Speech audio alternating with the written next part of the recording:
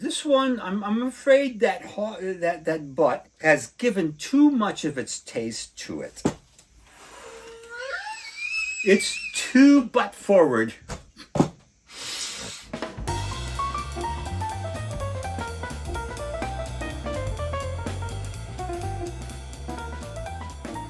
Welcome to Drinking with Craig and Roger. I'm Craig. I'm Roger. I'm excited. We are getting together at your house in Athens, Georgia. We're here celebrating, so we're pulling out some of our good and maybe not so good stuff. Two of these we have reviewed before. One I just bought and want to try, but we thought that we would line up these all independent bottlings of 20 plus year old Scotch whiskey. Two are single malts and one is a single grain. The two major types of whiskey that you find when you get a blended Scotch whiskey are malt whiskey and grain whiskey. Yeah. And usually on the good ones, 30 to 50 different ones blended. Yeah. And, you know, before we get into tasting, just to remind you, if you like what we're doing, please like and subscribe, and that way you'll get a notice of anything we do in the future that you may want to watch. Yes, absolutely. And if you've had any of these or have any thoughts on this, please let us know down in the comments. We love to hear from people. Now, the main thing we want to do is to compare the effects of 20 years plus aging on various types of whiskeys. Yes. So, shall we start with a Highland whiskey? Yes. This is a bottle kill. We previously reviewed this one, right? That the color is very light. Very After light being color. in this for like 21 years. You're right. It's extremely good. I mean, dangerously smooth. I love it. I really do like this. Yes, and we wanted to finish it up. So here we are. Absolutely. Oh, this is very light. This Glen Grant, it is a Yes. Speyside, and it is light. Very light. This is the lowest alcohol of all of them. This is a 46% alcohol. So 92 proof, which Yeah. is still pretty good. Yeah. So, okay. Nice clean smell. It smells so good. It's very light and fruity. Very fruity. Very light. I love it. Very clean. Oh yeah. Just a little bit of very pleasant spices. Yeah. And whether you mention it or not, single malt. Oh, there's a little bit of peat in the back end of the taste, I think. I'm getting just a little bit of peat. Not smoke, but peat. Did you say this was a Highland? It's a Speyside. Yeah. Oh, it's a Speyside. Oh, yeah. That's even a little bit more unusual to get some peat in there. Oh, they used to have it in there all the time. It's only with modern technology or drying the barley that's been sprouted, where they kept the smoke out of the barley. This is so good. It is a very, very nice whiskey. It's sweet. Like I said, kind of like dried pineapples and maybe some pears, very vibrant, fresh. It's still fresh. I mean, this thing had set down low for quite a while, and it's still very fresh tasting to me. Yeah, it's got a light body, for sure. And the maltiness is not so overpoweringly dominant. It's other stuff. But anyway, it's very sweet and very nice. Very pleasant, like super, super good. I really enjoy that one. All right. And then now the controversial one. Well, do you want to try the other malt? That's first? probably That's probably a good idea. No, why don't we go to this one and then we have the sweet relief of a nice all right single malt. Well, as I remember, the Cameron Bridge. The Glen Grant has about the same body as the Cameron Bridge. Not the same taste, but it's about the same. And I kind of beg to differ. We're going to find out. We'll find out. Side by side. Here we go. Now, this is a single grain whiskey that we just recently had a blind tasting video of, which you definitely need to check out right up there. Very entertaining. Yeah, we talk a lot about the grain whiskeys and how they're made and blah, blah, blah. And so you had this without knowing what it was, and we're not a fan. And what would you pay for it? I would buy something else. Okay. There, I get that salon smell right out of the gate. It's back. It smells like people getting perms. I don't know that that's it, but it's certainly got a not a very clean smell. No. 27 years this grain whiskey aged. Well, you know, this is at cask strength, 51%, I think, 51.5%, something like that. Yeah, but it also, you know, got a lot of the barrel in it. You know, that's one of the reasons why most whiskeys are not aged so much, is because it's difficult to keep the whiskey from picking up the barrel taste and the wood taste. This barrel got funky. Now, no doubt, it has picked up a lot of barrel. Yeah. We kind of think it's probably sherry of some kind, I think. We kind of came to that conclusion. Yeah, even though it doesn't state. And it's a butt. The barrel was a butt. It kind of tastes like a butt. Well, there were 620 bottles that this came out of the barrel after 27 years. So, you know, it lost a lot. So you can figure out how big it is. A butt is about 3 times the size of a regular bourbon barrel. Yeah. So this is one of those ones, once you taste it for a while, like your palate gets adapted to it, and I don't pick up on the unpleasant, what I would call perm/salon notes of kind of warmed hair. But, you know, it's not bad. It's not bad.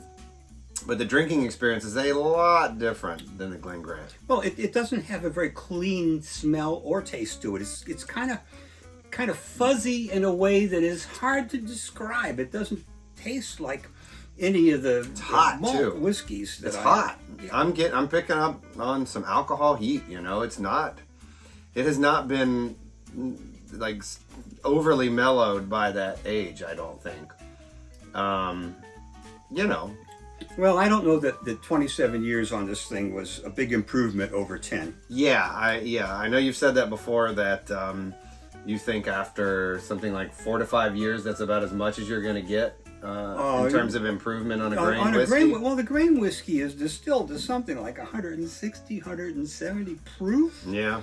And you know, something like that has very little, comparatively, very little extra water and grain taste in it. So you're just talking about the alcohol heat that gets, you know, softened as it ages in the barrel. Yeah. And it doesn't take that long for pure alcohol to get soft, you know. True. So anyway, but that's sort of it. Anyway, hot. You know, I think this is something you don't want to have just a single glass of. You want to drink a couple of them, because you will acclimatize yourself to it, and it seems to improve as you drink it. It does. We have relatively fresh palates at this moment, and when we tried it before, we did it, and I didn't pick up on those unpleasant notes as much. But yes, they are definitely there. Now, moving on. Back to the single malt territory. This is one I just bought. I'm kind of excited about it. Yeah, this is Glengowan, yeah, which is another Highland distillery. This is their 20-year. I don't believe it's a Speyside, though. I think it's... No, it's not a Speyside. It's a Highland. Yeah. It's right on the border between Highland and Lowland, I believe. They're right on that line. So yes, I actually went to this distillery on a tour, and it was awesome. It was really, really cool. So this is an independent bottling of Glengowan, aged 20 years. And this is at cask strength 57%, so definitely the strongest of this tasting.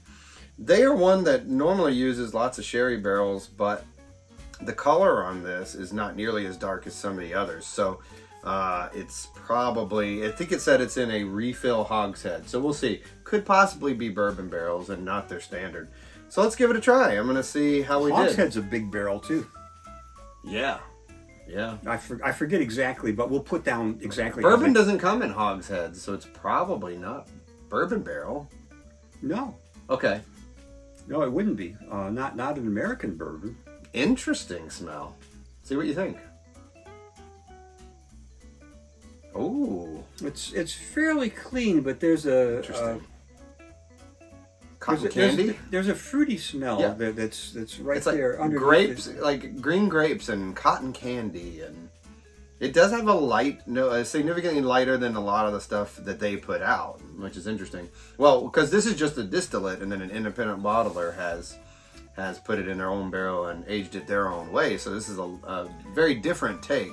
Well, that is something that the independent barrel bottlers do. Is they have their own barrels, they roll them up to the distillery, and then they get them filled, and then they roll off and The distillery has no investment in barrels for this stuff, you know.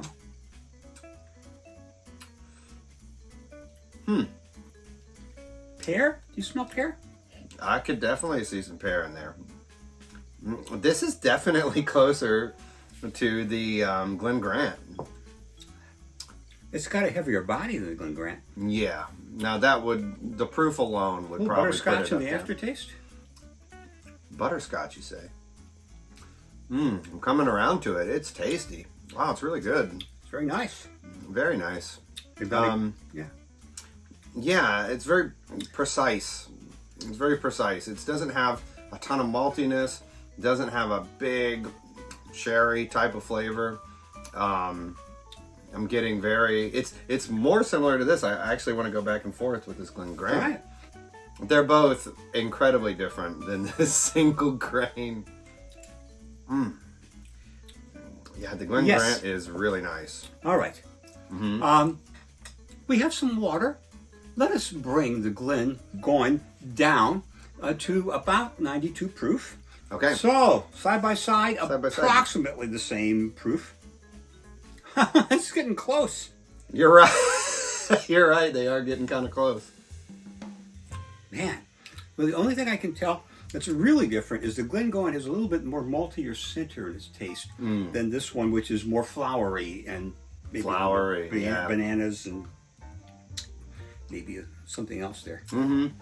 Yeah, definitely more fruit, more floral notes. And yeah, you're right. You nailed it. Yeah, more on that malty side Yeah, for the Glengoyne, and maybe more malty and spice forward, I would say. Yeah, Both very nice. Enjoying them. yes, very good. Yeah. And now, as it's had a little more time with the water and a little more time with the air, the Glengoyne, I mean, it's really smelling nice. Yeah, they are. Oh wow! I think the water has really opened that. Oh one yeah, up. it opened up a little more. Yeah. Oh yeah, it's opened up. Ooh, boy, what a finish that one has on it too. Very spice forward. And now, should we add water? Let's add a little water to this grain. It can't hurt it. Okay. Well, I mean, there are things we could put in there that would hurt it, like pickle juice. I said water. Well, I know, but I'm just saying. You and the pickle juice. Well, you know, there was a time when people didn't realize that if you put your, whiskey or your beer in a barrel that previously held pickles, you didn't realize it was going to taste like pickles, and then they figured out you didn't do that anymore, Okay. unless you wanted pickles, which, I've had some beer that it was specifically like pickles, and it was terrible. In my opinion, Yeah. If I want pickles, I'll eat a pickle. If I want beer, I'll drink a beer. Yeah. There you go. And you All could right. always drink a beer and eat a pickle and still enjoy the two. Yeah. They Okay. don't need to always be together. Yeah, I mean, I don't know. There's kosher pickles. Is there kosher beer? I think there is. Oh boy, the water just, God dang, Open really it up, doesn't it? Yeah, and open it up to the salon. Like the door is open. Come on into the salon. Jeez Well, Louise. that's sort of maybe. Why did they bottle this? Maybe sort of a butterscotch. Well, I know why they bottled it. To make 'cause- money back 'cause they on what had they it, on yeah. their investment. Yeah, but that's right. God, you don't have to release it. You could blend it. Ooh.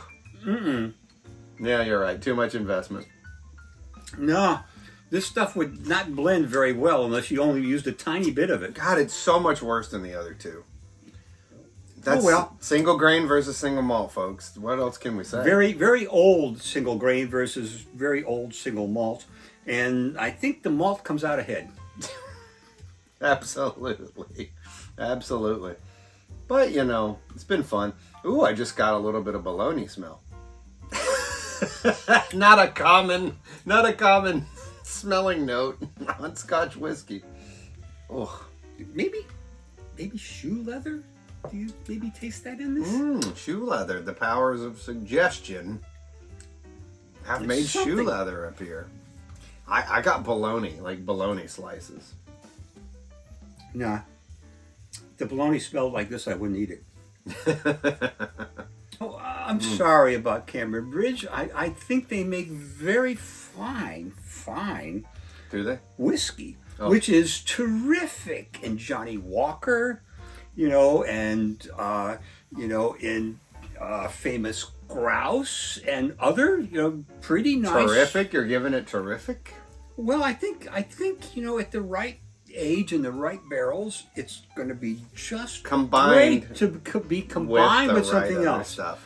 But there is a reason why it is very difficult to find single grain whiskeys or even blended grain whiskeys together. You know, they are all mixed with malt whiskeys. Because they're not great by themselves. No, they're not. Well, I have had some. The thing is, this is, we talked about this, but the grain whiskey is distilled to a high proof, sort of like bourbon is. It's about 160. Bourbon is, they have water down to about 125 before they put it in the barrel. They don't do that with the grain whiskey in Scotland. They put it in the barrel. And so it's a very light beverage. And if you don't overage it, you know, it's a very pleasant, light beverage. And it is improved by adding some malt to it.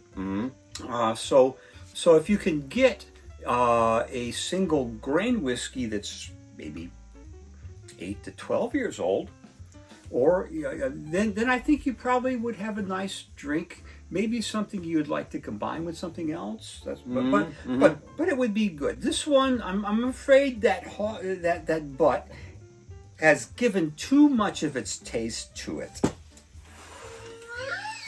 It's too butt forward. This bottle is ass. Cut. End of video.